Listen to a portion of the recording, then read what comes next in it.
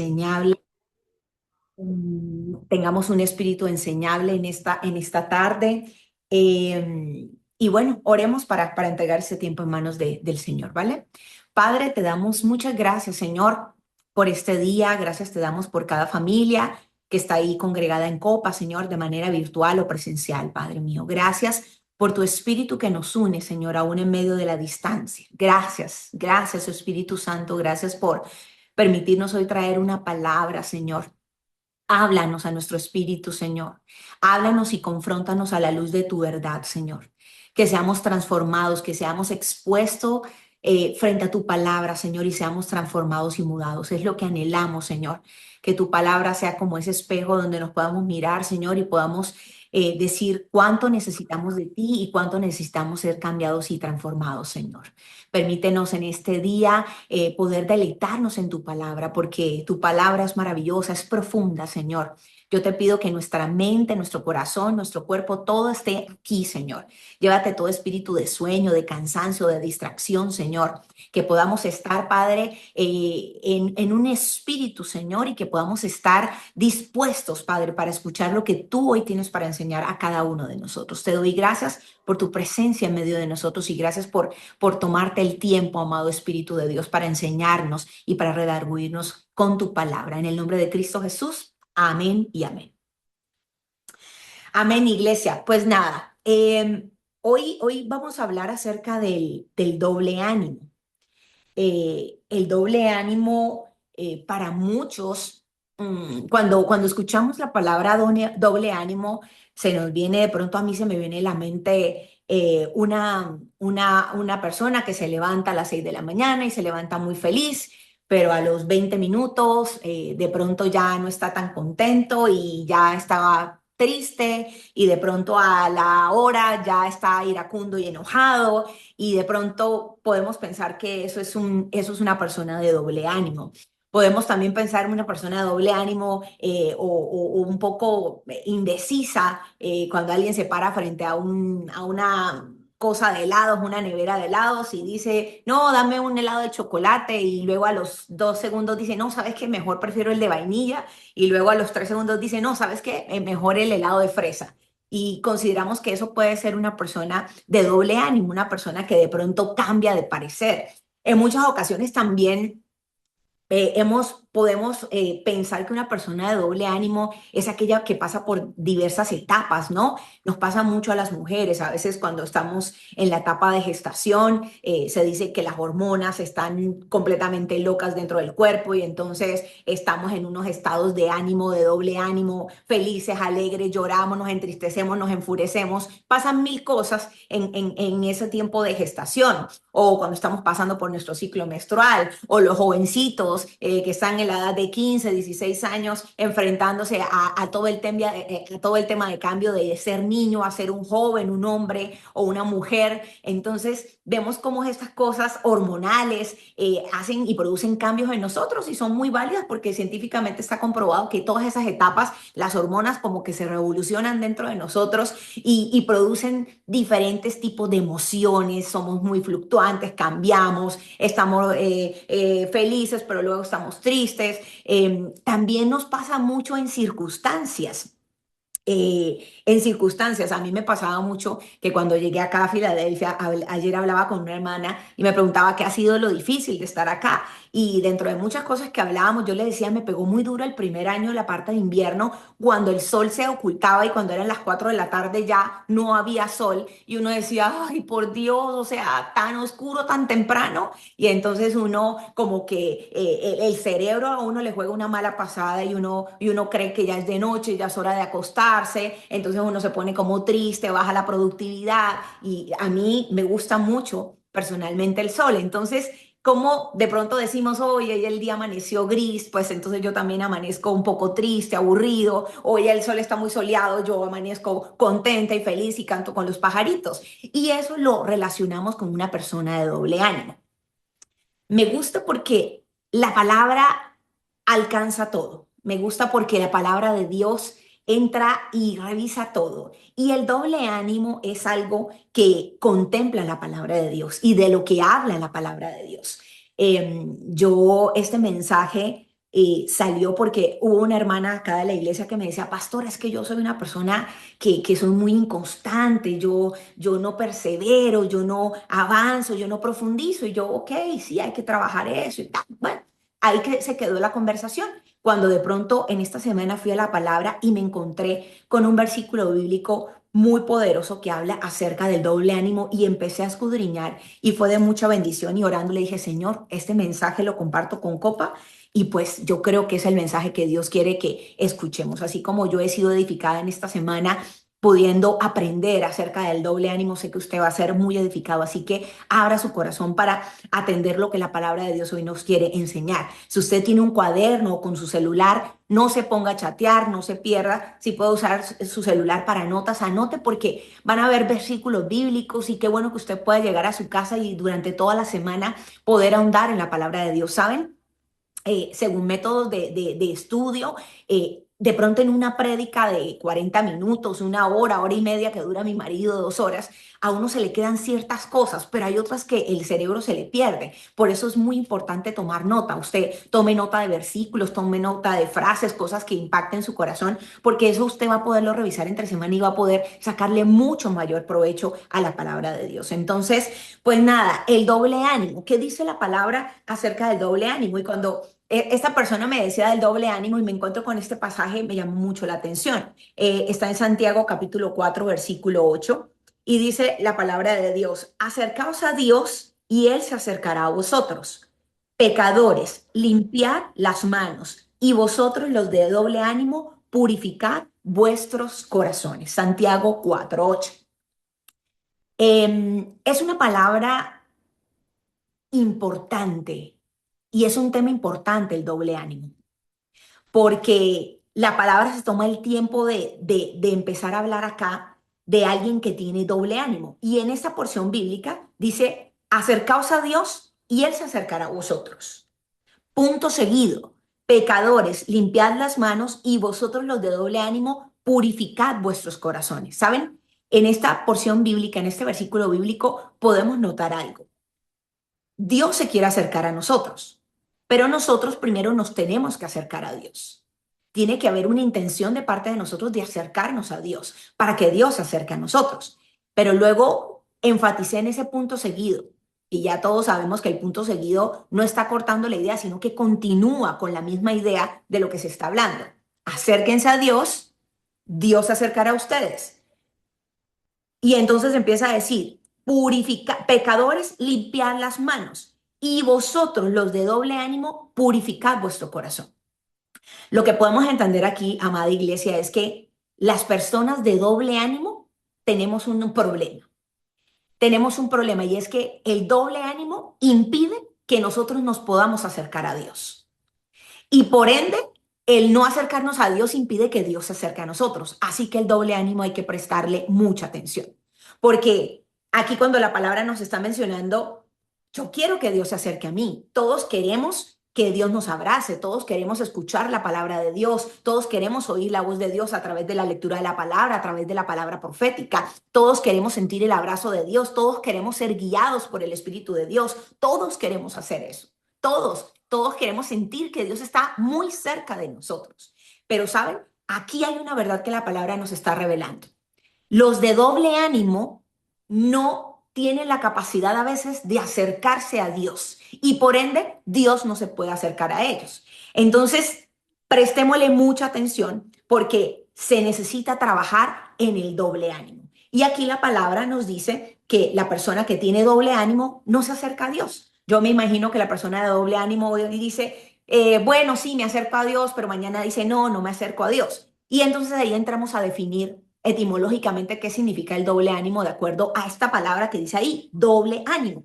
¿Qué significa en su raíz? Pues esta palabra no, se lee así, dipsichos en su raíz, pero básicamente lo que dice es que es una persona que tiene dos almas, es una persona que está dividida al interior. Entonces, imagínense esto, esa definición etimológica, esa raíz de esa palabra, doble ánimo, alguien que tiene dos almas. En el alma están las emociones, en el alma están las decisiones, en el alma está lo que dirige la vida de una persona. esa persona tiene dos almas. Y esa persona está dividida a su interior. Imagínese una persona que tiene su mente dividida en dos. Entonces estamos viendo esa definición, doble ánimo, como una persona que está dividida.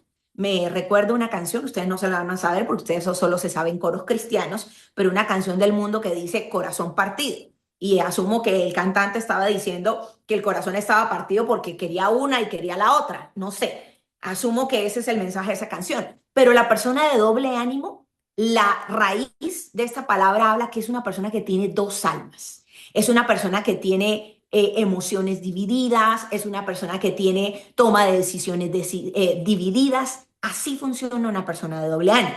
Ahora, en su definición general podemos ver que el doble ánimo es una persona que se define como una persona inestable, una persona inconstante y una persona que duda en su fe y en su conducta. Qué tremendo esto. Doble ánimo. ¿Quién es una persona de doble ánimo? Y ahí empieza la palabra a ponernos en una balanza y decir una persona que es inconstante, una persona que es inestable, una persona que es dudosa de su fe y de su conducta. Miren que aquí no estamos hablando del sabor del helado. Miren que aquí no estamos hablando de que si me pongo triste o alegre porque el día amaneció soleado o amaneció lluvioso. Miren que aquí no están hablando si es que estoy pasando por mi etapa de gestación o si tengo niños. No, la palabra nos está diciendo que es una persona inestable, inconstante y dudosa en su fe y en su conducta. La fe es la columna vertebral de los hijos de Dios. La fe es la columna vertebral del ser humano. La fe es en quién creemos, a quién hemos determinado creerle. Y obviamente a quién creemos y en quién creemos determina nuestra conducta. Por lo tanto, una persona de doble ánimo es una persona que es inconstante, que a veces no sabe en quién ha creído, a veces no sabe en quién ha puesto su confianza, a veces no sabe a quién sigue y por ende a veces no sabe su conducta, cómo se debe dirigir, a veces no sabe si tiene que hacer esto, si lo bueno o lo malo. Es una persona que es inconstante, es dudosa en su proceder, en su actuar y también en su fe. El doble ánimo se puede entender y por eso la importancia de verlo hoy a la luz de la palabra como un sabotaje a la vida espiritual. El doble ánimo nos juega, es como sabotear nuestra vida espiritual. Es que de pronto nosotros como hijos de Dios hemos decidido seguir a Cristo. Y como dice el himno, no vuelvo atrás, no vuelvo atrás. He decidido seguir a Cristo. Y nosotros tomamos la decisión y vamos hacia adelante por ese camino. Pero de pronto viene a nosotros esa persona de doble ánimo. Ese que se empieza a dividir en dos y entonces empezamos a decir, no, ¿sabes qué? Yo no le meto tanto el acelerador a eso. Yo como que voy más suave. Y entonces el doble ánimo empieza a tener un sabotaje en nuestra vida espiritual, porque como dice la palabra, que prosigamos hacia adelante, que avancemos en los planes y en los propósitos de Dios. El doble ánimo lo que hace es como detenernos, hacernos retroceder, echar para atrás porque empezamos a dudar, empezamos a ser inconstantes, empezamos a ser inestables en nuestra fe, en quién hemos creído y en quién hemos confiado. Si miramos una persona de doble ánimo, podemos ver que una persona de doble ánimo tiene este comportamiento. Ama a Dios, pero también quiere estar en el mundo. Una persona de doble ánimo tiene la característica de decir, yo me consagro a Dios, pero hay ciertas áreas de mi vida que yo me reservo. No quiero una consagración total, quiero áreas parciales. Esto te lo entrego, Señor, pero esta área déjamela y yo la reservo. Está partido, dividido al interior, tiene dos almas. Una persona de doble ánimo podemos ver que es una persona que de pronto cree en las promesas de Dios, cree con fe en lo que Dios puede hacer en diferentes áreas, pero también hay otras áreas de duda. Hay otras áreas donde esa persona no ha permitido que el Espíritu Santo obre y actúe y tiene dudas en esas áreas. ¿Sabes qué, Dios? Yo creo. Siempre hablábamos que yo creo, Señor, ese Dios histórico del que hemos hablado en muchas ocasiones. Yo creo, Dios, que tú abriste el mar el 2, pero yo no creo, Señor, que tú puedas proveerme para la necesidad específica que tengo hoy.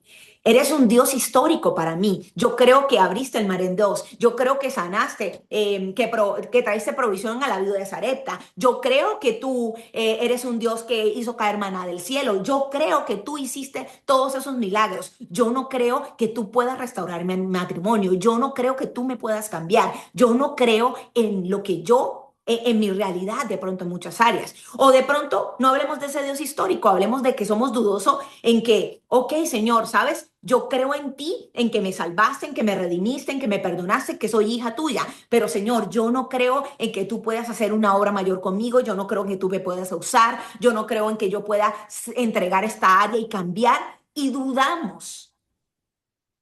La persona de doble ánimo, fe, confía en Dios en ciertas áreas, pero también duda en otras. Y entonces está dividido, está fraccionado. Es una persona que su falta de dominio, su falta de doble ánimo, su doble ánimo, perdón, lo que hace es que le sabotee su vida espiritual. Y eso es tremendo, eso es de prestarle mucha atención. Ahora, ¿cuáles son los problemas del doble ánimo?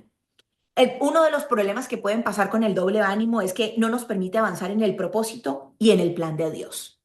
Imagínese una persona, imagínese un carro, no, ahorita que estaban en la alabanza, se me venía a la imagen leyendo el mensaje, se me venía a la imagen, conocen el juego de cuerdas, ¿no? 5 personas de un lado, 5 personas del otro, una línea, y entonces tratan en ese juego de equilibrar los pesos, por supuesto, y entonces ponen a un gordito de este lado, a otro gordito de este lado, a la flaca de este lado, a la flaca de este lado, para equiparar las fuerzas. Y entonces empieza el juego de la cuerda y es listo, jalen. Y entonces empiezan a alar y entonces a veces los del grupo A, entonces le meten mucha fuerza y hacen que el otro equipo pase la línea, pero el otro equipo no se queda atrás y vuelve y alan y entonces rebasan y pasan al otro lado, hasta que por fin llega uno y es el que le mete toda la fuerza y arrastra al otro equipo y gana.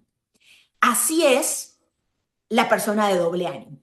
Está dividida en dos y entonces el problema de esto, mis hermanos, es que del doble ánimo es que no nos permite avanzar en el propósito de Dios. El doble ánimo nos puede ganar ventaja y eso es un peligro del doble ánimo, porque la persona de doble ánimo ama a Dios, busca a Dios, se congrega. La persona de doble ánimo se consagra al Señor en muchas cosas. La persona de doble ánimo le cree al Señor. La persona de doble ánimo ha confiado en el Señor. La persona de doble ánimo ama a Dios, pero está dividida en dos porque tiene al otro equipo del otro lado.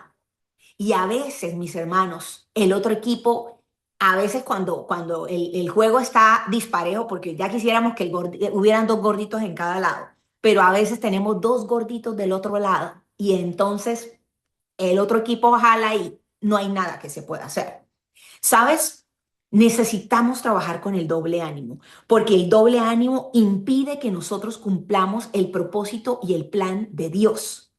Es dos fuerzas que están alando en sentidos contrarios. Imagínate una persona de doble ánimo en su fe. Imagínate una persona de doble ánimo en su matrimonio. Imagínate una persona de doble ánimo en su vida laboral. Imagínate una persona de doble ánimo en el servicio a la iglesia, en el ministerio, en el llamado. Imagínate una persona con doble ánimo en todas estas áreas de su vida. Pues, ¿sabes? Vas a estar jalando tú mismo para dos lados y finalmente eso creo que es matemática y física básica. Uno tira para el otro lado, otro tira para el otro lado y ¿qué pasa con lo del centro? Se queda quieto, eso no se mueve, eso se queda allí y no avanzas, no progresas, no vas hacia el propósito de Dios. Entonces, uno de los problemas del dominio propio, perdónenme mis hermanos, del doble ánimo, me confundo, no sé, el dominio propio con el doble ánimo, pero uno de los problemas del doble ánimo es que no cumplimos el propósito de Dios,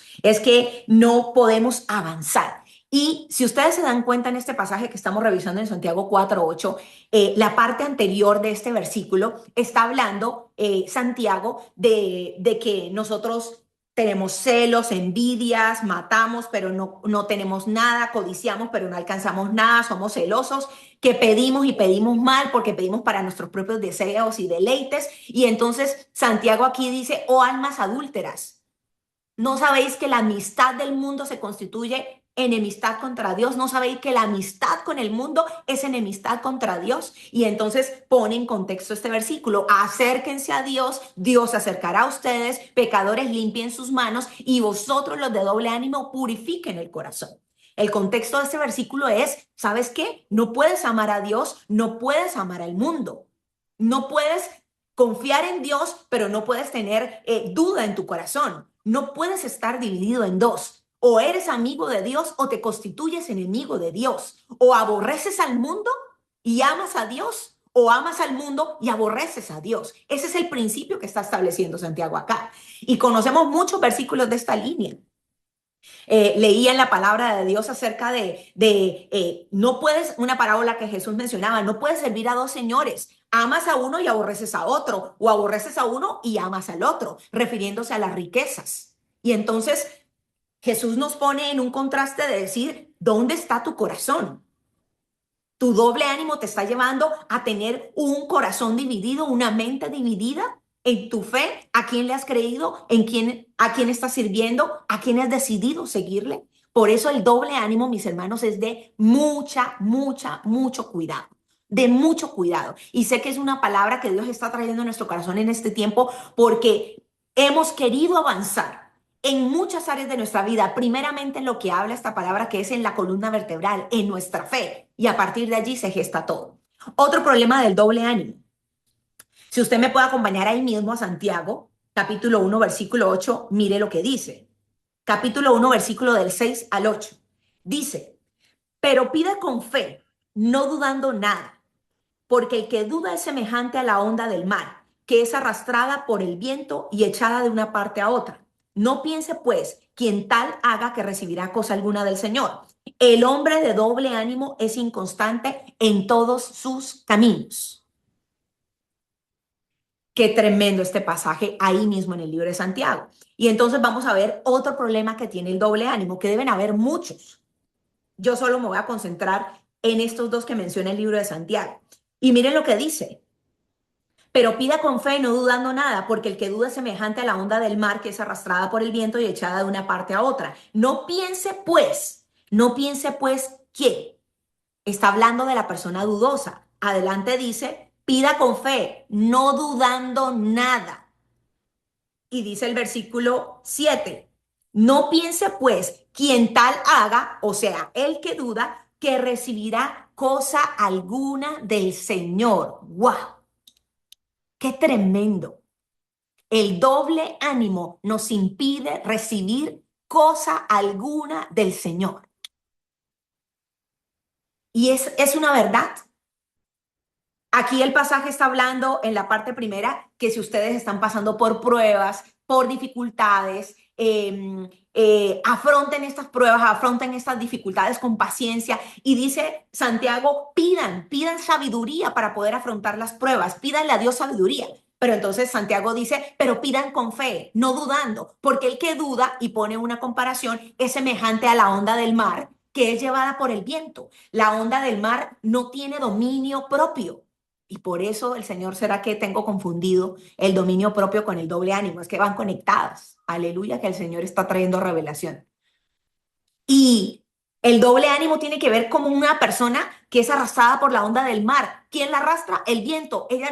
La onda no tiene control por ella misma, se deja arrastrar. Va de acuerdo a lo que el viento le vaya diciendo. Y entonces Santiago dice, no piense el que tal haga, no piense que el que duda podrá recibir algo de parte del Señor, podrá recibir cosa alguna del Señor. Y saben, en este versículo 7 habla de la duda.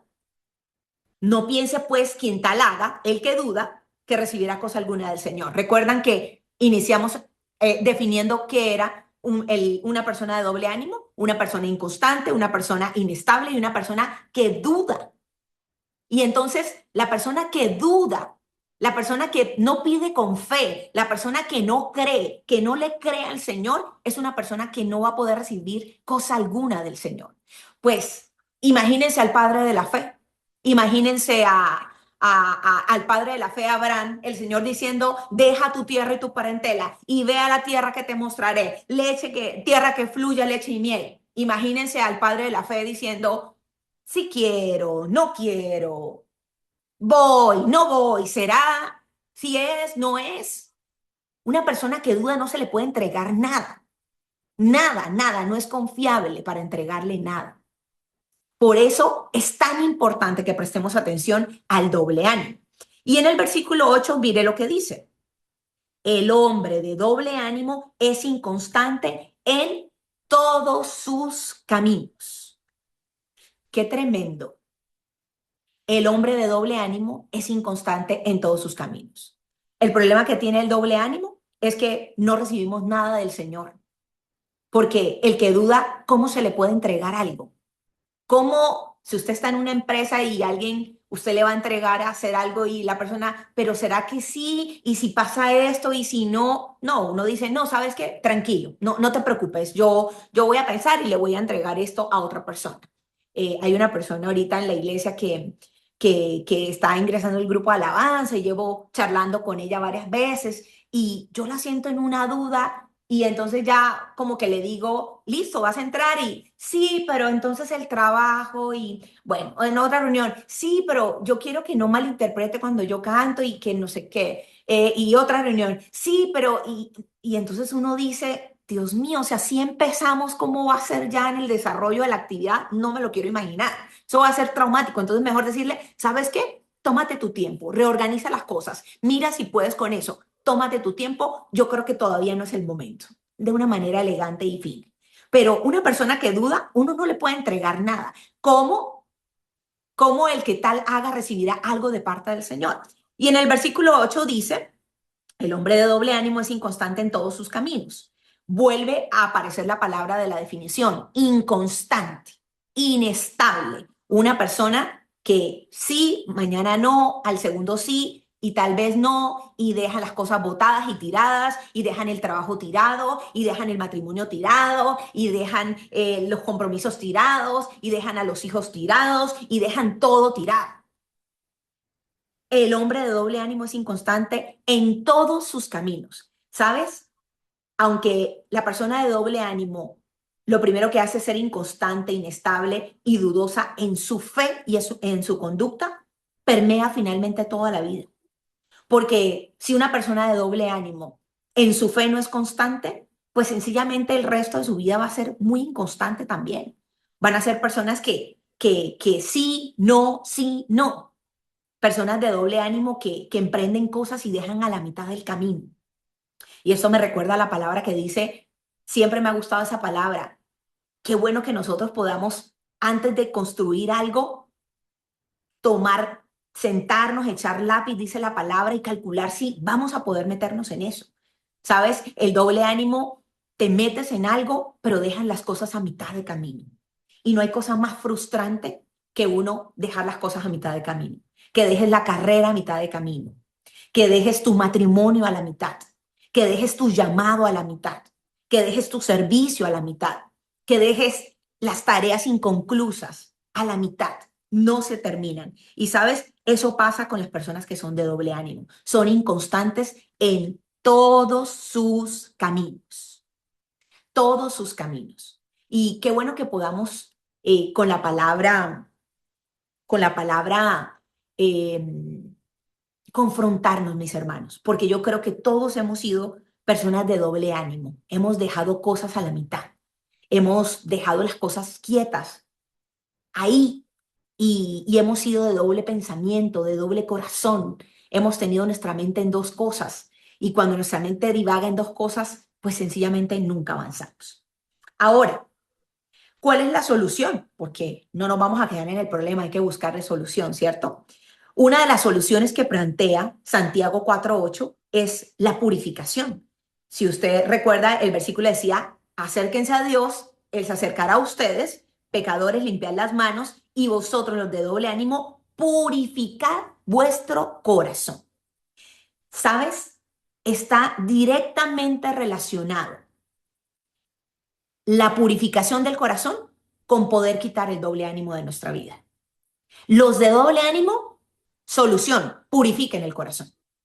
Usted de doble ánimo, usted es inconstante, usted nada lo termina, usted está dividido en dos, hoy sí, mañana no, y al ratico no, y otra vez sí. Usted está dividido en dos. Usted y yo necesitamos purificar el corazón. Eso dice la palabra. Y es un secreto. Y ahora le puedo decir a la hermana aquí en la iglesia, ¿sabes qué? Necesitas purificar tu corazón. Porque purificar el corazón va a hacer que nosotros seamos de una sola pieza, que seamos completos, que tengamos claridad hacia dónde vamos, que podamos decir, ya yo no estoy dividido en dos, yo tomé una decisión, he decidido seguir a Cristo, yo no voy para atrás. Ese es mi norte, esa es mi meta, no soy de doble ánimo. Claro, vendrán días donde habrán dudas, sí, pero sabes, no es algo coyuntural, no es algo, mejor dicho, que marque tu vida. Habrán situaciones donde te sientas tristes, recuerden, atribulados, pero no destruidos. O sea, van a haber momentos difíciles, van a haber dudas, pero es que no va a ser parte de nuestra esencia, sí, no, hoy sí, mañana no. Entonces, lo primero que tenemos que hacer, mis hermanos, es purificar el corazón. Esa es una de las soluciones. Y purificar el corazón, aquí empecé a revisar el Antiguo Testamento. ¿Qué era purificar? En el Antiguo Testamento, ¿qué simbolizaba la purificación? Y wow, aunque el Antiguo Testamento no está vigente para nosotros, usted no piense que el Antiguo Testamento es otro libro raro que usted no puede ver. Por el contrario, es una riqueza que te hace entender el Nuevo Testamento. Usted no separe la Biblia, no, ya eso no aplica para mí.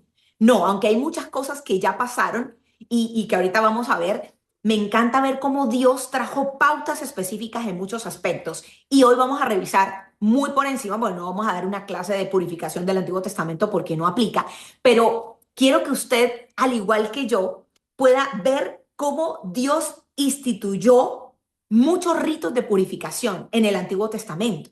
Y entonces nos encontramos, si usted quiere leer y ahondar, si le llama la atención, porque a veces hay personas que Senia le gusta mirar mucho hacia atrás, lo histórico, las palabras, la pastora Senia, perdón. Entonces, número 18, me avisan si no me escuchan porque creo que el micrófono está en naranja, entonces tengo que cambiarlo por otro.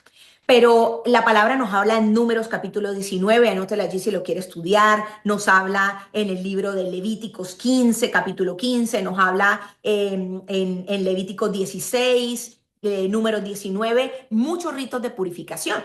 Y entonces les voy a mencionar algunos ritos de purificación que Dios instituyó para que se hicieran en el Antiguo Testamento con Moisés. Y entonces hablan de cuando una persona tenía contacto con cualquier tipo de muertos, con un cadáver. Entonces tenían que hacer ritos de purificación. Entonces el rito de purificación era coger una vaca, la vaca la quemaban, esa vaca se le echaba cedro, hisopo, escarlata, agua, mejor dicho, quemaban todo eso y entonces con esa agua y esa ceniza rociaban a la persona que había tenido contacto con un muerto. Y era todo un rito pues ceremonial y el sacerdote se lava y viene y va y las cenizas están afuera del campamento. Mejor dicho, eso uno se vuelve loco leyendo los ritos de purificación de la palabra de Dios. Pero uno de los ritos era tocarlo muerto. Cualquier cadáver, alguien que tocara algo muerto, ya estaba contaminado y necesitaba un rito de purificación y había todo un proceso para eso. Otro rito de purificación en la Biblia que se menciona en el Antiguo Testamento, las personas que tenían lepra. Si de pronto ya el leproso veía que ya estaba sano, pues él estaba contaminado, él estaba fuera del campamento, lo dejaban afuera. En el rito de los muertos, la vaca se mataba fuera del campamento. El leproso estaba fuera del campamento porque era inmundo para estar dentro del pueblo. Y entonces el leproso decía, no, yo creo que ya me sané. Entonces el sacerdote venía, lo revisaba y empezaba todo un rito de purificación para poderlo nuevamente traer a ser parte de la vida social, pues, del pueblo. Entonces aquí entraba otro rito, entonces aquí eran dos aves, entonces con una ave la mataban, le sacaban la sangre y la mezclaban con agua en un jarro de barro y con la otra ave junto con otros elementos, casi siempre era cedro, me llamó mucho la atención, había cedro, había hisopo, escarlata, siempre habían varios elementos, léalo, y entonces con esa agua rociaban al leproso y 7 días tenía que durar el leproso siendo rociado con esa agua para que él pudiera ser purificado. Todo eso lo hacían y luego entonces el leproso presentaba un animal para el holocausto y otro animal para la expiación y ya él podía ser parte nuevamente de la sociedad. Otro rito de purificación, cuando una mujer estaba de parto, cuando tenía su bebé, entonces también tenía que dejar pasar toda la parte menstrual 7 días. Si tenía un varón, un hombre varón, entonces tenía que durar 33 días purificándose. Si era una niña, tenía que durar 66 días purificándose. Y lo mismo, ritos de todo tipo, maten el animal, hagan, suban, bajen y una cantidad de cosas. ¿Para qué? Para que la persona pudiera volver nuevamente a ser parte de, porque en ese momento estaban contaminadas y necesitaban ser purificadas. Ritos de lavamiento para los sacerdotes, como los sacerdotes ministraban en el lugar santísimo, en el lugar santo, en el altar donde se hacían los sacrificios, había una ordenanza de parte de Dios a Moisés y le dijo, hace una fuente de bronce con patas de bronce, en esa fuente va a haber agua y siempre, ahí sí como dicen, impajaritablemente, se lavan pies y se lavan las manos para ministrar, para hacer sacrificios, para hacer ofrendas, para entrar al lugar santo, al lugar santísimo. Siempre se tienen que lavar las manos y los pies. Era un rito también de purificación para el sacerdocio, estar limpios. Sé que ustedes han escuchado mucho el rito de la purificación para el día de la expiación. Una vez al año se hacía un gran rito dentro del pueblo. El rito se tenía que hacer para purificar a los sacerdotes que servían, al sumo sacerdote que servía, pero también el rito se hacía de purificación para purificar a todo el pueblo por todos sus pecados. Y dice la palabra, no la busque, pero anótela allí, en Levíticos 16:16, dice que todos estos ritos, así purificarás el santuario a causa de las impurezas de los hijos de Israel, de sus rebeliones y de todos sus pecados, de la misma manera que en el tabernáculo. O sea, todos estos ritos de purificación, amada iglesia, tenían un propósito, era limpiar el lugar donde moraba la presencia de Dios, el tabernáculo de reunión, el lugar santo, todo. Pero también tenía la idea de purificar a las personas, al pueblo, porque dice que ellos estaban llenos de impureza y que hacían impuro el lugar donde estaban, hacían impuro sus vidas, y toda esta purificación tenía que ver con las impurezas de los hijos de Israel, las rebeliones de los hijos de Israel y los pecados del pueblo. Entonces, aquí nos podemos dar cuenta que todos estos ritos, habían ritos para purificación porque menstruaban, porque flujos de todo tipo, todo eso era contaminación. ¿Qué me llama la atención de todo esto? Por eso digo que el Antiguo Testamento hay que revisarlo porque finalmente luego en el Nuevo Testamento por medio de Jesús podemos ver todo el cumplimiento de estas palabras. Tantos elementos que hay, pero hay una claridad en todos estos ritos y uno puede ver en toda esta purificación algo clarísimo, y es el propósito de la purificación en la ley. Lo que usted puede ver aquí, notar así grandemente, es que Dios es santo. Dios es santo. Dios es 3 veces santo. Y dice la palabra de Dios, sed santos porque yo soy santo. Y en el Antiguo Testamento, la santidad de Dios no podía tener comunión con el pecado del pueblo. Y vamos entonces a que el pecado contamina y nos separa de Dios. Definitivamente, en todo esto que vemos del propósito de la purificación en la ley, vemos muchos aspectos. Tenemos un Dios santo que no quería tocar lo inmundo, que no se acercaba a lo inmundo, por supuesto. Vemos en todos estos ritos de purificación que la persona que estaba contaminada estaba fuera siempre. Recuerden la mujer del flujo de sangre cuando se acercó a Jesús. Esta mujer era para apedrearla, para acabarla. Ella no podía por la ley estar allí. Ella tenía que estar fuera del campamento. Estaba expulsada de la vida social porque según la ley estaba contaminada. Entonces vemos en los ritos de purificación del Antiguo Testamento que la purificación venía para ser parte de esa persona que estaba alejada de toda la vida en sociedad. Esta persona se perdía de estar con la familia, de poder presentar sus holocaustos al Señor, de adorar al Señor, de todo lo que significaba la vida, la economía, no sé, todo, absolutamente todo. Era una mujer, una persona que estaba fuera, excluida. Entonces, vemos el propósito de la purificación en la ley. Nuestro Dios es santo. El pecado no tiene comunión con Dios. La purificación tenía un objetivo. Miren que Dios le mandaba a los sacerdotes, a los sumos sacerdotes, a lavarse las manos para poderse acercar a ministrar, a servir en el lugar santo, en el lugar santísimo. ¿Sabes, amada iglesia? La purificación tiene que ver con limpiarnos y purificarnos para acercarnos a Dios. ¿Saben? Hemos usado los púlpitos y el altar, como lo llamamos, que no entendemos el concepto de altar, y nos subimos ahí, tenemos las manos sucias, contaminadas y decimos, Dios es misericordioso y Dios es amor. Él ama lo que yo hago, Él conoce mi corazón y nos subimos contaminados. ¿Y qué queda de lo que decía el Antiguo Testamento? ¿Será que nuestro Dios ha cambiado? Pues la palabra de Dios dice que en nuestro Dios no hay sombra de variación. Él era, es y sigue siendo exactamente el mismo. El Dios del Antiguo Testamento no es diferente al del Nuevo Testamento. Él aborrece el pecado. Él es un Dios santo. Él es un Dios que pide que nosotros seamos purificados para ministrar y para servirle. Es un Dios que no ha cambiado.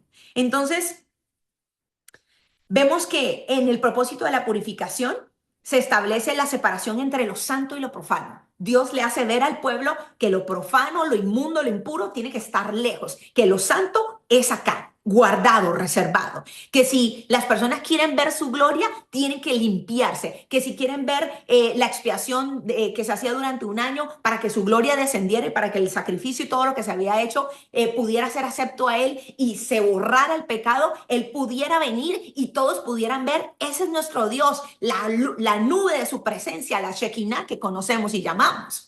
Todos estos ritos y toda esta cantidad de elementos que hacen que los judíos sean ese pueblo con tantos ritos y tantas normas, ¿sabes? Todos tenían un propósito y era limpiar, era purificar. ¿Con qué objetivo? No puedo ver lo inmundo, lo acabo si lo veo. Y otra cosa importante, límpiense porque ahora así yo me puedo acercar a ustedes. Acérquense a mí y yo me acercaré a ustedes. Leíamos en Santiago.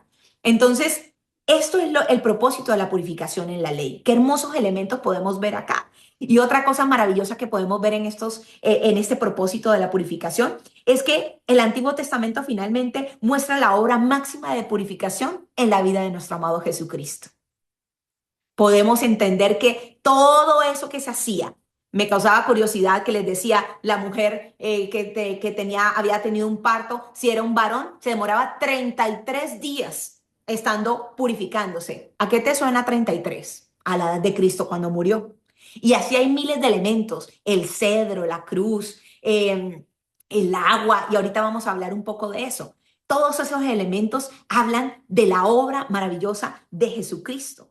Y entonces podemos ver en esos elementos la sangre, es algo que se repite. Podemos ver en esos elementos de purificación del Antiguo Testamento el agua, siempre había agua, el agua donde se lavaban los sacerdotes, el agua con el que se rociaban a los leprosos, había agua, símbolo de purificación y limpieza, y había fuego, porque todo era consumido por fuego. Y entonces vemos en el Nuevo Testamento todos esos elementos representados en Jesucristo. Y entonces tenemos que decir cómo limpiaremos entonces y cómo purificaremos nuestros corazones. Y aquí entonces viene la purificación de Jesucristo en la cruz del Calvario. Y vemos entonces que la sangre de Cristo es la sangre que nos limpia de todo pecado y nos purifica. No podemos repetir y no entender más bien qué representa la sangre de Cristo. ¿Saben? Algo que yo veo en la purificación es que la purificación no era una cosa que se hacía por allá esporádicamente. No, la purificación hacía parte de la vida del pueblo. Y yo creo, amada iglesia, que nosotros estamos llamados a ser parte de la purificación de nuestra vida. Estamos caminando en este mundo. Hay mucha contaminación. Y sabes, hemos sido lavados una sola vez y para siempre con la sangre de Jesucristo, que nos ha limpiado de una sola vez. El sacrificio sin mancha y sin arruga de nuestro Señor Jesucristo fue perfecto. No se necesitan más corderos como pasaba en el Antiguo Testamento. Una sola vez, ya fue hecho, fue pagado, dice la palabra de Dios. Pero necesitamos constantemente ser purificados. Recuerden el pasaje donde Jesús iba a lavar a sus discípulos los pies y Pedro dijo, no, Señor, yo no voy a permitir que tú me laves los pies. Y el Señor le dijo, si no te lavo los pies, no entrarás, no tendrás parte en el reino. Y ahí Pedro le dijo, Señor, entonces lávame todo el cuerpo, todo, lávame todo. Y Jesús le dijo, no es necesario, porque eso representaba que el sacrificio de Jesucristo, su sangre derramada en la cruz del Calvario, una vez ese sacrificio iba a limpiar por completo nuestros pecados y que esos pecados iban a hacer que nosotros pasáramos de muerte a vida eterna. No se necesita más. Si tú eres un hijo de Dios y aceptaste a Jesucristo y aceptaste que esa sangre te lavara y te limpiara, preciosa sangre maravillosa, eres ahora hijo de Dios y has sido lavado de una vez y para siempre. Pero otra cosa es la purificación. Tenemos que lavarnos los pies constantemente. Tenemos que lavarnos y purificarnos como el pueblo de Israel todos los días. Si estamos en esta situación, si tuvo un parto, si tiene una enfermedad, si estoy ministrando la presencia de Dios, necesitamos purificarnos para quitar de nosotros el doble ánimo, porque el doble ánimo está impidiendo que nos acerquemos a Dios y que Dios se pueda acercar a nosotros. La sangre, miren este pasaje bíblico tan maravilloso que yo sé que usted ha escuchado. Hebreos capítulo 9, versículo 13 al 14. Y por eso lo quería poner en contexto de los ritos de purificación del Antiguo Testamento, porque el Nuevo Testamento se alimenta, por supuesto, del Antiguo Testamento. Y todos los discípulos y los apóstoles tomaban porciones del Antiguo Testamento y cómo hacían ese paralelo con el Nuevo Testamento. Y eso pasa aquí. Dice, porque si la sangre de los toros y de los machos cabríos y las cenizas de la becerra, ¿se acuerdan de la ceniza de la becerra? Rociada a los inmundos, santificaban para la purificación de la carne, cuanto más la sangre de Cristo, el cual mediante el Espíritu Eterno se ofreció a sí mismo sin mancha a Dios, limpiará vuestras conciencias de obras muertas para que sirváis al Dios vivo. Pregunta. La sangre de los toros, la sangre de los machos cabríos, las cenizas de las becerras.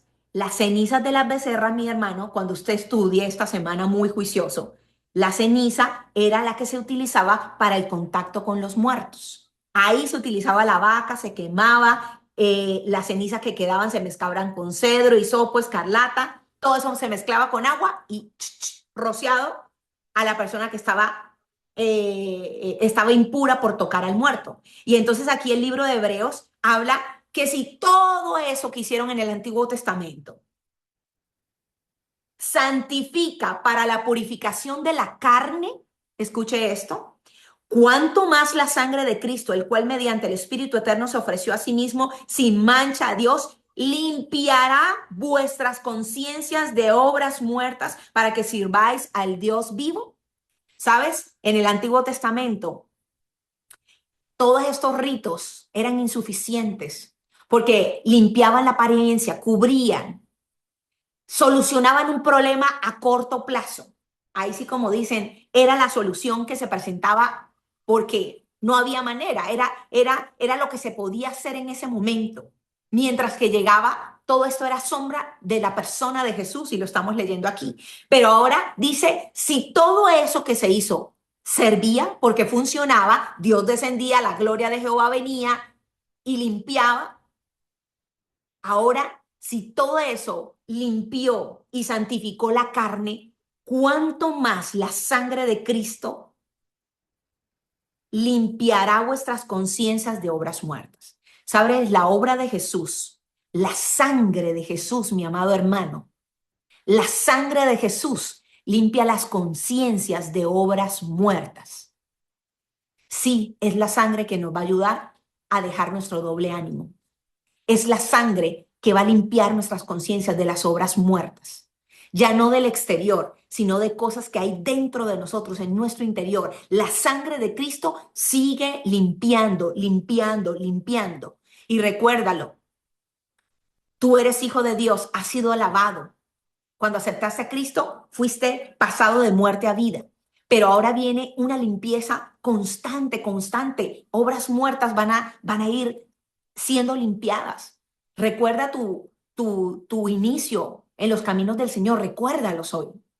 Yo preparaba este mensaje y yo recordaba mis inicios. Y sabes, yo creo que el Señor está permitiendo que escuchemos este mensaje con la misericordia que viene de su corazón, porque Él no nos está condenando. Mi esposo enseña y dice, cuando recuerdes tu pecado, El que recuerda tu pecado para redarguir es el Espíritu Santo y el que recuerda tu pecado como culpa es Satanás. Tenga eso guardado en su corazón. Esta purificación, Dios no está trayendo aquí este mensaje para condenarte. El Espíritu Santo está redarguyendo en nuestro corazón. Y hoy nos está diciendo, yo he hecho una obra en ti, reconócela. Reconoce que no eres igual al que empezó cuando aceptó a Cristo como Señor y Salvador. ¿Sabes, hermano? La cruz, cuando nosotros aceptamos a Jesús, la cruz fue un cambio de dirección, una conversión, como si estábamos en el camino equivocado y la cruz lo que hizo fue reubicarnos en el camino que es correcto. Pero la purificación y la sangre de Cristo ahora viene a ser ahora para limpieza de conciencia y de obras muertas de todos los días. Y entonces los que llevan un día, 5 días, un año, 3 años, 15 años, 5 años, 20 años, 50 años en el Evangelio, tienen que ver y reconocer, si son hijos de Dios, que su vida no es igual, no es igual, no puede ser igual, porque Él ha venido con su sangre a purificarnos y a limpiarnos. ¿Sabes? Tú has ido dejando en el camino muchas cosas. Tú has ido dejando y la palabra ha venido a ser esa que te ha iluminado el camino y has podido decir, sabes, yo tengo que morir a eso, tengo que ser limpiado a esas, como dice la palabra, limpiado en las conciencias de obras muertas. Y hemos sido limpiados, limpiados, limpiados, limpiados, limpiados. Y Él sigue haciendo su obra. Por eso esta palabra viene para que sigas trabajando en esa purificación y en esa limpieza. La sangre nos permite trabajar en esa purificación del corazón. Primera de Pedro 1, 18 al 19, te lo voy a parafrasear, dice, fuimos rescatados de nuestra vana manera de vivir, no con cosas corruptibles como el oro y la plata, sino con la sangre preciosa de Cristo como un cordero sin mancha y contaminación. Eso dice Primera de Pedro 1, del 18 al 19. Mira qué precioso este pasaje. Fuimos rescatados. ¿De qué? De nuestra vana manera de vivir. Vana manera de vivir. Fuimos rescatados. Él nos rescató. ¿Y cómo nos rescató? Y dice aquí la porción bíblica, no nos rescató con oro ni con plata, o sea, con cosas corruptibles. Cuando tú y yo estábamos perdidos, mi hermano, el Señor no nos rescató diciendo, bueno, ¿cuánto me vale esto? Con plata de este mundo. ¿Cuántas monedas de oro vale rescatar al hermano Pradilla? ¿Cuántas monedas de oro vale rescatar a la pastora Senia? ¿Cuántas monedas de oro vale rescatar al hermano Robert? ¿Cuántas monedas de oro? ¿Cuánto hay que pagar aquí? ¿Sabes? Eso es corruptible, es lo que está en este plano terrenal. Jesús no vino a pagar con nada de este mundo. Todo quedaba corto. Él vino a pagar con su vida y dice a rescatarlos de su vana manera de vivir, no con cosas corruptibles como el oro y la plata, sino con la sangre preciosa de Cristo. Esa fue la manera de rescatarnos. Esa fue la manera de rescatarnos de la vana manera de vivir que teníamos, que le aprendimos a nuestros padres, dice el versículo. Y Él no pagó ni con oro ni con plata. Él dio su vida, entregó su sangre. Sangre preciosa. Esa es la sangre, mi hermano, que tú y yo necesitamos para purificar nuestros corazones. Otro elemento que hay maravilloso en la purificación que vemos del Antiguo Testamento es el agua. Vemos el agua como un elemento constante. Y el agua en el Nuevo Testamento, en Efesios, aquí se me perdió, en Efesios 5:26, está hablando en este contexto de que Jesús se entregó por la iglesia y está diciendo que maridos amen a sus esposas, esposas sujétense a sus maridos, así como Cristo amó a la iglesia. El marido tiene que amar a su esposa y empieza este juego de palabras, pero luego dice esta porción del 5:26 en Efesios, y Jesús santificó a la iglesia y la iglesia habiendo sido purificada con el lavamiento de agua por la palabra. Y aquí aparece el elemento del agua. Jesucristo nos purificó con el lavamiento del agua y entonces dice la palabra. Esta palabra, mi hermano, la palabra de Dios, esta fue la que Jesucristo, que es el verbo hecho carne, esta palabra es agua para nosotros. Y así como los sacerdotes y los ministros y el leproso eran regados y lavados con agua, pues ahora dice, con lo que Cristo hizo en la cruz del Calvario, que la palabra de Dios es agua que limpia nuestras vidas. Por eso la importancia de que nosotros nos sumerjamos en la palabra de Dios.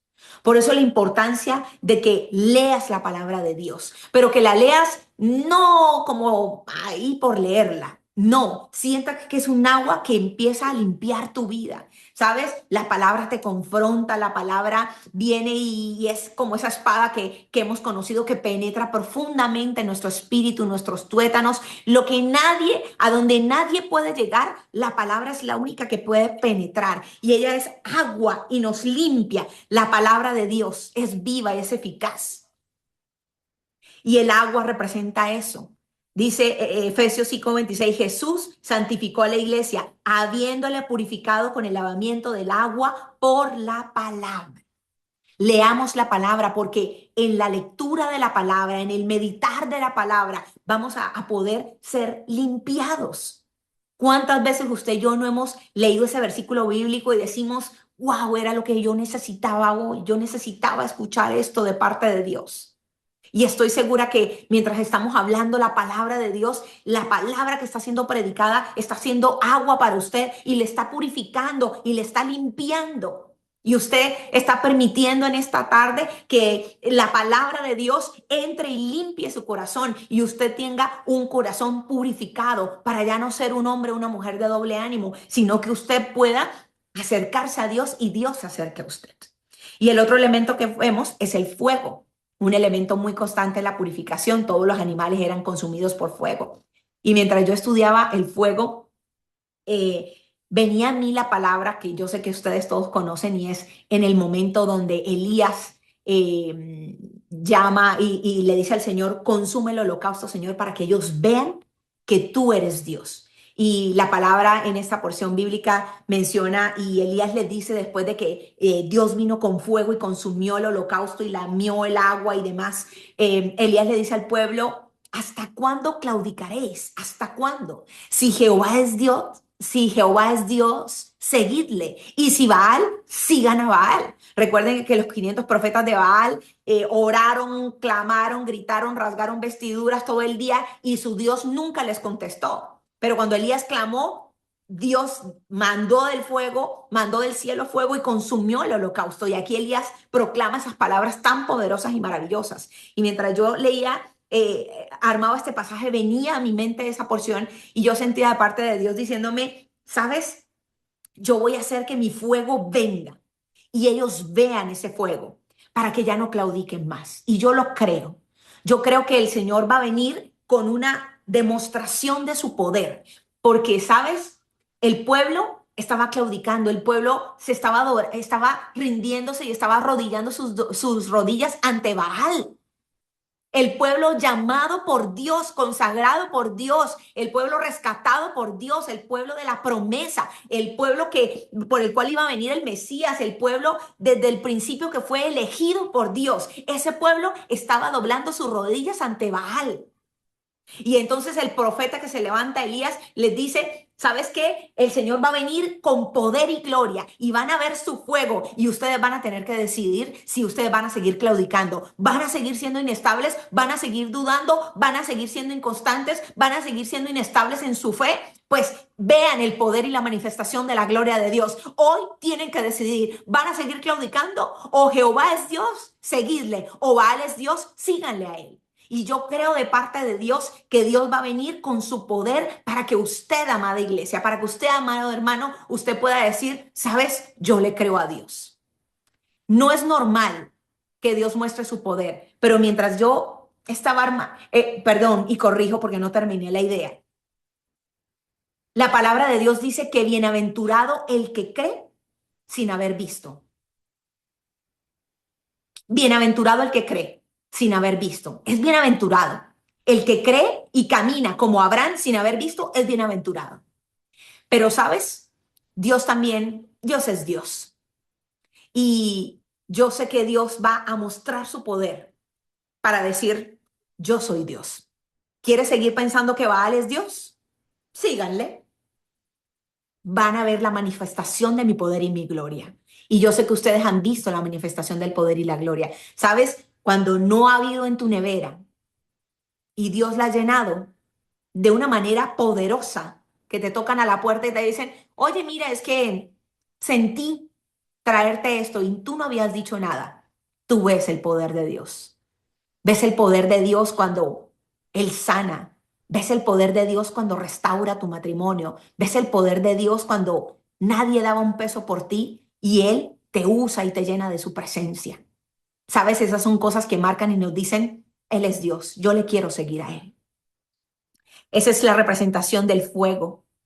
Malaquías 3 del 2 al 3 téngalo allí, solo dice que Él es como fuego purificador, como un jabón que lava, y que Él se tomará el tiempo para sacar la escoria que hay en la plata. Y eso es lo que el Señor va a hacer con nosotros. Se va a sentar y va a purificar esa plata.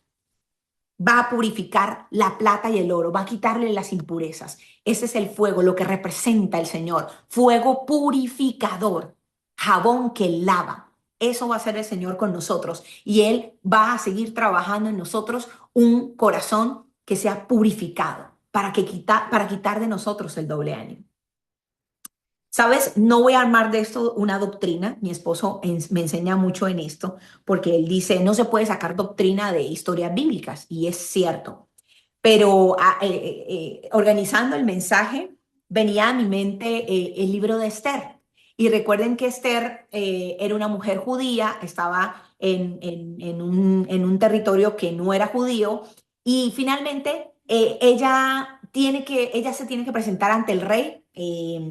Y dice la palabra en el libro de Esther que ella tuvo que prepararse 12 meses, 12 meses, de los cuales 6 meses era una etapa de purificación. Y la purificación se hacía con mirra. Y luego de esa etapa de purificación venían 6 meses para que el cuerpo agarrara nuevos aromas y entonces la sometían a otros aromas. Pero estudiando esto, me acuerdo que una vez fui con Lore a Villavicencio y hablábamos del libro de Esther. Y yo echándole la recordada al libro de Esther. El libro de Esther sí menciona que esos 6 meses en mirra eran y tenían el propósito de limpiar, porque no se podía aplicar perfumes, porque como estaba tan contaminado, lo primero que había que hacer era limpiar los poros. Es como lo que pasa con las cremas en las mujeres y los hombres cuando se la aplican. Uno primero tiene que abrir los poros para poder hacer una limpieza. Y después de que se limpia la piel, ahí sí vienen los productos ya que para la arruga, que para la pata de gallina, etc., que para que la piel no esté seca. Bueno, lo que usted vaya a hacer. Pero lo primero que hay que hacer es abrir los poros, sacar la impureza para que ahora sí la cremita de la arruga y demás haga su efecto. Porque si usted va a echarle la crema de las arrugas, pero encima de la piel que no está limpia, pues no va a surgir un buen efecto. Y esto es lo que hizo Esther.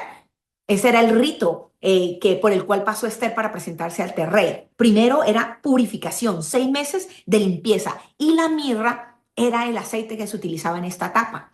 Qué tremendo, mis hermanos. No quiero hacer doctrina de esto, pero tómelo como algo tan lindo de parte de la palabra. Y es que la mirra es ese aceite con el cual también los sabios del Oriente se presentaron ante Jesús. Recuerden que le llevaron incienso, mirra y oro. Y el incienso, la mirra, perdón, representaba y simboliza la muerte, ¿cierto? Era el simbolismo de que nuestro amado Jesús iba a morir y que su cuerpo iba a ser ungido con mirra.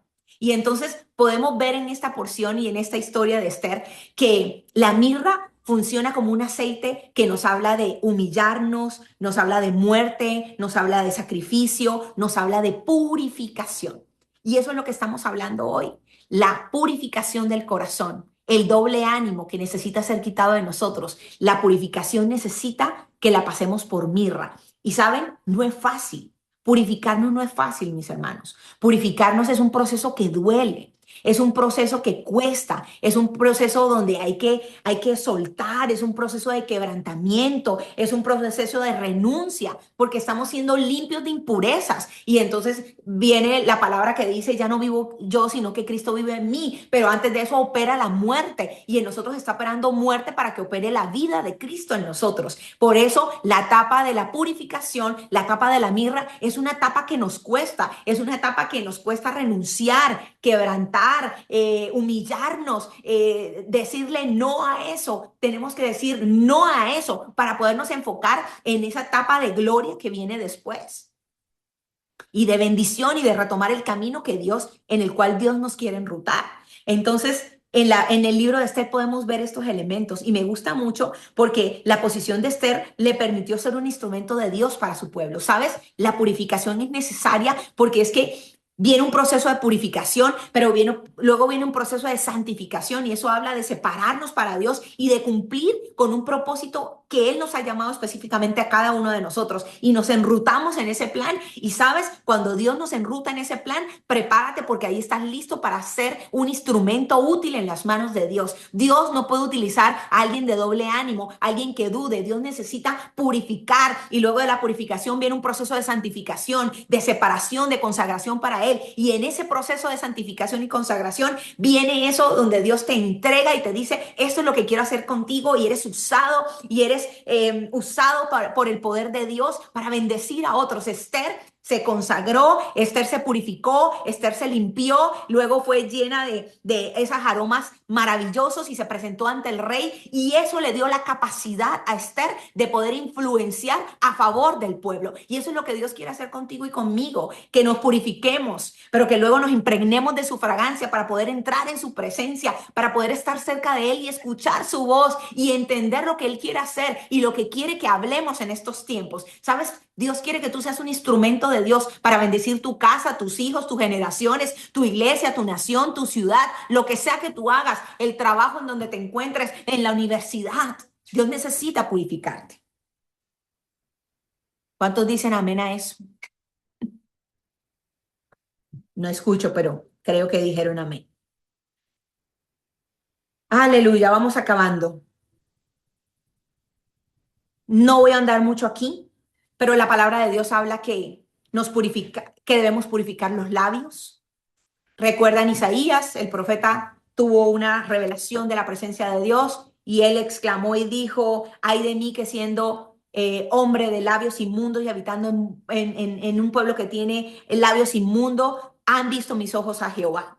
Y dice la porción bíblica que vino un ángel, tomó un carbón encendido y pasó por su boca un carbón encendido, las tomó con unas tenazas y la pasó por su boca y le dijo, es quitada tu culpa y limpio tu pecado. Y Isaías fue purificado en ese contacto y en esa presencia de Dios. ¿Sabes, mis hermanos? Debemos purificar nuestros labios, debemos purificar nuestra lengua, debemos purificar lo que decimos y hablamos. Seamos muy conscientes de las cosas que decimos. Seamos muy conscientes. Purifiquemos esta zona de aquí, purifiquémosla. Hablamos de la purificación del corazón. Y yo estoy segura que en la purificación del corazón, porque Jesús lo dijo en la palabra, lo que contamina al hombre no es lo que entra, sino lo que sale. Y cuando trabajamos el corazón, pues definitivamente vamos a hablar cosas de bendición. Pero, ¿sabe? Concéntrese mucho en la boca, concéntrese mucho en sus labios, concéntrese mucho en su lengua. Recuerde que Santiago 3 habla acerca de la lengua, ese miembro del cuerpo indomable. Y entonces dice que que los animales más salvajes han sido domados por el ser humano, pero que la lengua ha sido imposible de domar y que este pequeño miembro incendia y hace un gran fuego de un bosque, este pequeño fuego hace un incendio completo. Pero, ¿saben? Nos quedamos ahí y decimos, sí, no, la lengua no, terrible, la lengua no, eso no lo puede domar nadie. Pero la palabra no dice eso. La palabra dice en el versículo 10 del capítulo 3 dice, esto no puede ser así.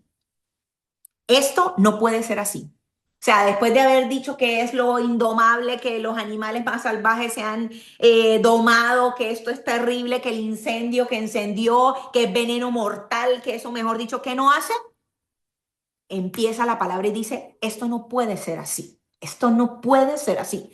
Me encantan esas palabras de la Biblia que ya uno dice, ya, yo pensé que me habían dado derecho pues para seguir. No, es que la lengua, no, pastora.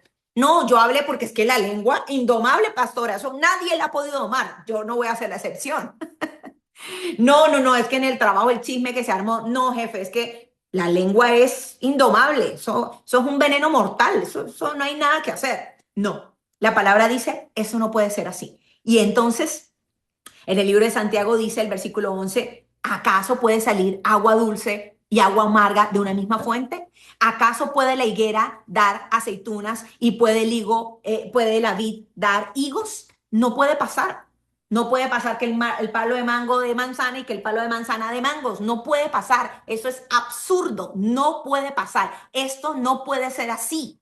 De la boca no puede salir agua dulce y habla agua amarga. Y dice Santiago que con la boca bendecimos a nuestro Dios y Padre que está en los cielos y maldecimos a los semejantes que están en la tierra. Esto no puede ser así. Esto no puede ser así. No puedo hablar maldición de los que son semejantes, hechos semejantes a Dios. Y a Dios sí le digo, alabado sea, santo, poderoso, bendito, glorificado sea tu nombre. No puede ser así, no puede ser así. Si bendices a Dios, bendices a tus hermanos. Si eres agua dulce tiene que salir de la fuente. No puede haber combinación entre agua, perdón, dulce y agua amarga. No puede la higuera dar aceitunas, ni la vid dar higos. No puede ser. Esto no puede ser así. Purifiquemos nuestros labios. Y la palabra de Dios sí que nos habla de la lengua. Ahí mismo en Santiago capítulo 1, versículo 19 dice, prontos para oír, tardos para hablar y tardos para airarnos. ¿Saben qué, hermanos? Hablemos menos. Hablemos menos. Y vamos a ver una purificación. Hablemos menos. Escuchemos más. Hablemos menos. Airémonos prontos para oír, tardos para hablar y tardos para airarnos. Entonces, aprendamos por la palabra a purificar también nuestra boca. Dice la palabra que en la multitud de palabras hay pecado. Y yo no sé si a usted le ha pasado, a mí me ha pasado, que la lengua a veces se siente como cómoda en ciertos espacios. Entonces uno va donde la amiga, la hermana en la fe y le sirven un cafecito a uno y parece que la lengua, mejor dicho, dijera, aquí fue. Y ahí, hermano, usted, mejor dicho, despotricó de todo.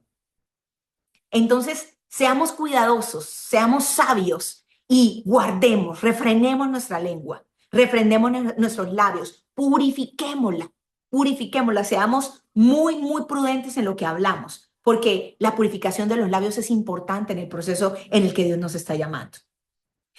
Otra cosa, mis hermanos, que tenemos que purificar es el templo del Dios viviente, y creo que con esto acabamos. Segunda de Corintios capítulo 6, versículo 14 al 18. Maravilloso pasaje, maravilloso. No se lo voy a leer,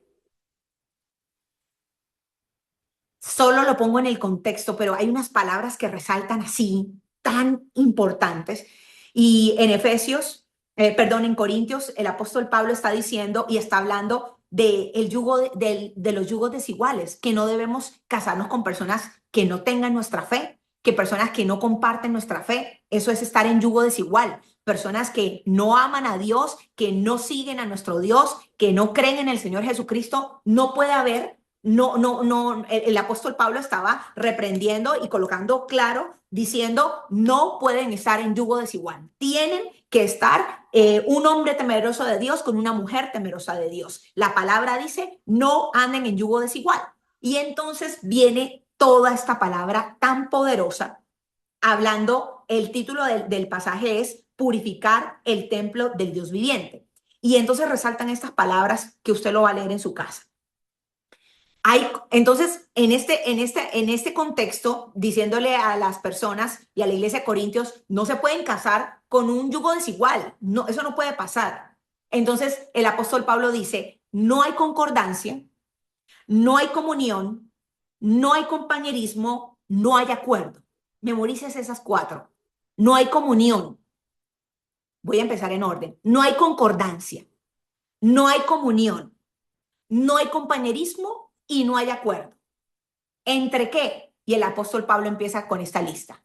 Entre la luz y las tinieblas. Entre la justicia y la injusticia. entre el creyente y entre el incrédulo, entre Dios y entre Baal, entre el templo de Dios y los ídolos.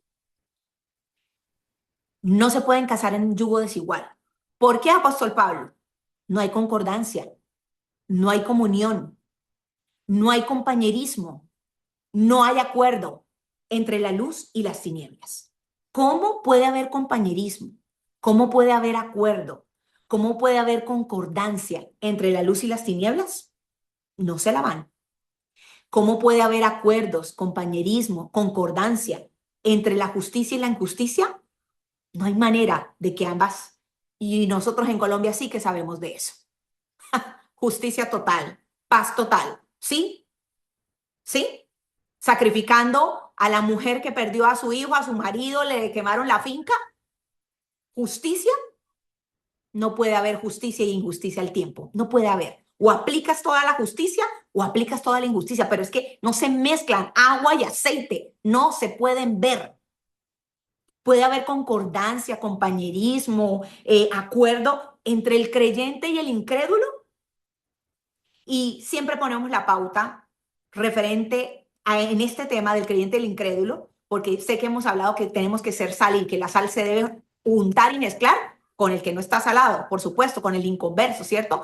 La palabra nos dice que seamos y vayamos y prediquemos el evangelio de las buenas nuevas a los que están perdidos, bautizándolos en el nombre del Padre. Amén. La tenemos clara. Eso es para la obra de reconciliación. Pero para andar en común acuerdo, para estar en acuerdo, en concordancia, en compañerismo, el incrédulo y el creyente no tienen comunión, mis hermanos. No pueden estar juntos. Y entonces yo pensaba en esto y yo decía, wow, qué tremendo. A veces somos hijos de Dios y nuestro mejor amigo es más mundano y más incrédulo, no cree en el Señor Jesucristo. Y saben una cosa, que tenemos un problema, que el Señor, yo sentía que me hablaba mi espíritu y me decía, la gente cree que el incrédulo es el que se revuelca en el pecado, en el que pornografía, sexo, drogas, mejor dicho, está llevado del pecado. Eso es lo que nosotros creemos que es el incrédulo. No, mis hermanos, el incrédulo puede ser una persona de hogar, con esposa, hijos, va y trabaja todos los días, es un hombre intachable, no se toma una cota de alcohol, es un hombre juicioso y leal a su esposa, pero ¿sabes qué? Nunca le da gracias a Dios, nunca reconoce y le dice, Señor, gracias porque tú existes, gracias por tu fidelidad, gracias porque yo soy lo que soy por ti. Es una persona que no ha reconocido al Señor como el centro de su vida. Él cree que Él es su propio Dios. Y sabes, es exactamente igual esa persona de conducta moral perfecta, intachable, frente al que se revuelca en el pecado. Los dos están igual de muertos. Los dos están igual de muertos. Y yo recuerdo que cuando yo trabajaba, yo pensaba y yo me hacía al lado de personas de trabajo y empresarios, y yo le preguntaba al Señor, Señor, ¿y por qué le tengo que predicar a esta persona si uno ve que la vida de ellos es como perfecta, como que no te necesitan, Señor? Porque nosotros tenemos la conciencia de que a la iglesia son los pecadores, los adúlteros, los fornicarios, los que están en drogas. Esos son los pecadores para nosotros. No, los pecadores son todos aquellos que no han reconocido a Cristo como el Hijo de Dios. Jesús es el camino, la verdad y la vida. Nadie va al Padre si no es por el Hijo. Y sabes, a veces pensamos que, como pasa con las enfermedades, solo pensamos que los pecadores son los que tienen síntomas. Tienes fiebre, la piel la tienes roja, te vas a morir. Tú estás ya con un diagnóstico de muerte. Pero se nos olvida que hay enfermedades mudas, que uno está perfectamente bien, pero que te hacen un chequeo general y profundo y te dicen, usted está que se muere. A mí me pasó con Simoncito. Recuerden que los que saben, Simoncito nació prematuro y yo tenía preeclampsia. Y yo me sentía divinamente bien. O sea, yo no sabía por qué estaba en la clínica. Y yo le dije, doctor, pero ¿por qué estoy en clínica? Me dijo, tú tienes preeclampsia, tú te ves muy bien. En cualquier momento te puedes ir. Tienes la presión arterial, mejor dicho, por las nubes. E inmediatamente me indujeron y sacaron a Simón. Yo no tenía fiebre, mejor dicho, yo podía estar caminando por allí. Fui a un control médico y me dejaron en la clínica. No nos equivoquemos. Los incrédulos no son solo los que están revolcados en el pecado y que decimos, ay, no, este hombre necesita de Jesús. No, todo aquel que no ha reconocido a Jesucristo como Señor y Salvador necesita de Jesús, porque cuando se muera, si no lo ha reconocido, adivinen para dónde va. Entonces, no hay comunión, no hay concordancia, no hay compañerismo entre el incrédulo y el creyente. No hay comunión ni nada de eso entre Dios y Baal. No hay. Ahí viene Satanás. Nos vamos de ese lugar, dijo Jesús. No hay comunión entre él y yo. No hay comunión entre el templo de Dios y los ídolos. Y aquí viene la purificación. Recordemos que en el Antiguo Testamento la purificación también se hacía en el templo. Y ahora, recuerden, ese templo somos nosotros. Ese templo somos nosotros. Y aquí viene una promesa tremenda. Pero antes de la promesa dice este capítulo donde estamos. Salgan de en medio de ellos. Salgan. Dos, apártense. Tres, no toquen lo inmundo. Primero dice concordancia, compañerismo, acuerdo. ¿Entre qué?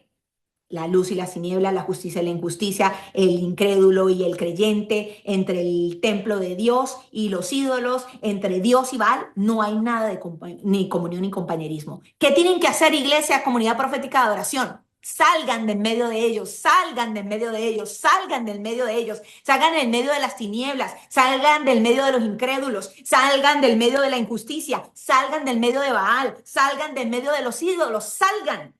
Apártense de ellos, no toquen lo inmundo, no toquemos lo inmundo. Y luego dice la promesa. Somos el templo de Dios viviente. Miren esta preciosura. Él habitará y andará entre vosotros.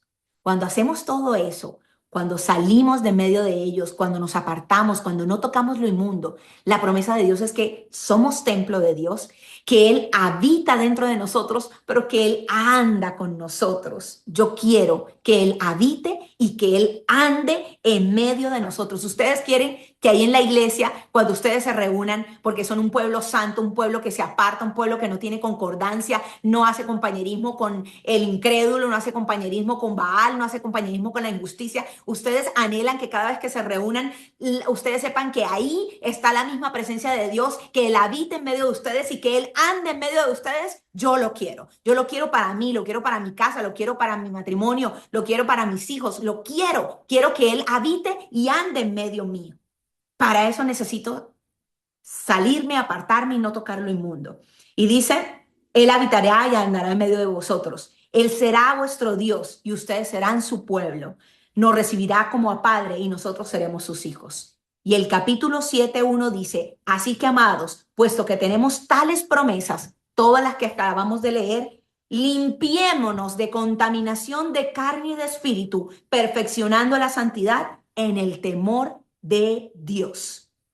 Anote ese, capítulo 7, versículo 1. Todo eso que hicimos el resumen, acuerdo, compañerismo, entre luz, todo eso, las promesas que Dios nos daría. Y dice, así que amados, teniendo estas promesas, por favor, limpiémonos. Limpiémonos. Vuelve la palabra a decir, purifiquemos el templo. Limpiémonos de toda contaminación de carne, lo externo, y de espíritu, lo que está al interior. Limpiémonos. Limpiémonos de lo que contamina la carne, el cuerpo, todo lo que tiene que ver. Si usted estudia Gálatas en las obras de la carne, hay cosas externas que contaminan la carne. Todo lo que son pecados sexuales contaminan la carne. Pero lo interno, celos, envidias, contiendas, disensiones, herejías, todo eso es interno del espíritu, egoísmo, orgullo, todo eso es del espíritu. Necesitamos también trabajar al interior. Yo quiero hacer un reto a la iglesia. Ojalá esta semana podamos decirle, Señor, yo quiero trabajar en mi purificación. Por tu palabra yo reconozco que necesito ser purificado. Y yo le voy a invitar a usted a que esta semana usted haga un tiempo de ayuno. Le voy a decir de 6 a 6 de la tarde, de 6 de la mañana a 6 de la tarde. Y toma este tiempo de esta semana como un dejar el alimento, porque sabemos que nos privamos del alimento para alimentarnos de la palabra de Dios. Porque dice que no solo de pan vivirá el hombre, sino de toda palabra que sale de la boca de Dios. Qué bueno que esto lunes, pastores, Luis y Senia, martes, miércoles, jueves y viernes, podamos a nivel de congregación unirnos en un mismo espíritu con base en esta palabra y le digamos, Señor, purifica nuestros corazones. Señor, purifícanos. Señor, purifica el templo donde tú habitas. Señor, purifícanos. Queremos no claudicar más. Queremos ser una iglesia que te ame, que te crea, que se consagre por completo a ti. ¿Sabes, Copa? Yo creo que a nivel personal Dios quiere hacerlo, pero a nivel de iglesia yo creo que es urgente que lo hagamos, porque siempre hemos creído de parte de Dios con mi esposo que ustedes son el liderazgo para recibir a un pueblo que viene detrás. Pero yo creo que necesitamos entrar en una etapa de purificación, en una etapa de santificación, de consagración a nuestro Dios, para lo que Dios quiere hacer, porque nuestro doble ánimo es estorbado. Y mientras que yo estudiaba este tema, yo veía aquí en la iglesia, en Avivamiento en Filadelfia, cómo hombres quieren abrir su boca y podrían predicar la palabra de Dios con denuedo, pero sabes, tienen como una cadena que los atranca y es ese doble ánimo que hace que su vida esté dividida en dos y entonces le sirven al mundo y le sirven a Dios, se han consagrado para Dios, pero también tienen áreas de su vida que no han sido rendidas a Dios. Y entonces son áreas reservadas para el mundo y para las cosas de los deseos y la vanagloria de este mundo. Y estamos divididos en dos y eso ha impedido que la iglesia avance. Cuando digo iglesia hablo a nivel general, pero Dios quiere hacer algo especial en Copa. Si hemos entendido esta palabra por el Espíritu, no porque nuestro entendimiento no haya tenido la capacidad, sé que nuestra mente lo comprende, pero va mucho más allá. Es una revelación del Espíritu de poder decir, Señor, necesitamos quitar el doble ánimo de nosotros, necesitamos consagrarnos, necesitamos ser purificados. Limpia y purifica nuestro corazón, purifica nuestros labios, purifica el templo, Señor. No queremos tener comunión, no queremos tener acuerdos con Belial, con incrédulos, con el mundo, con nada. Queremos santificarnos, queremos purificarnos a ti, Señor, porque hay una cantidad de promesas, iglesia, que nos están esperando. Esta es la palabra, amada iglesia, que quería compartir con ustedes. Por supuesto, ha sido de gran edificación para mi vida. También tengo que trabajar mi doble ánimo y sé que cada uno de nosotros sigue en ese proceso de la mano del Espíritu Santo, avanzando, avanzando. En su misericordia, sepa que Él está dispuesto para purificarnos. Recuerde que si alguien nos recuerda el pecado, para redarguirnos es el Espíritu Santo. Y si alguien nos recuerda nuestro pecado para culparnos es Satanás. Esta palabra viene como una recordación, un redarguir del Espíritu Santo para que nosotros seamos confrontados, nos arrepintamos, nos purifiquemos y sigamos adelante en este camino maravilloso que el Señor ha trazado para cada uno de nosotros. Dios les bendiga, esa es la palabra y espero que podamos, pastores, iniciar este tiempo de ayuno esta semana que inicia de lunes a viernes de 6 a 6, una jornada con este propósito, purificarnos, purificarnos para lo que Él quiera hacer en medio de nosotros. Dios les bendiga, amada iglesia. Amén, amén, pastora. Muchas gracias. Dios le bendiga.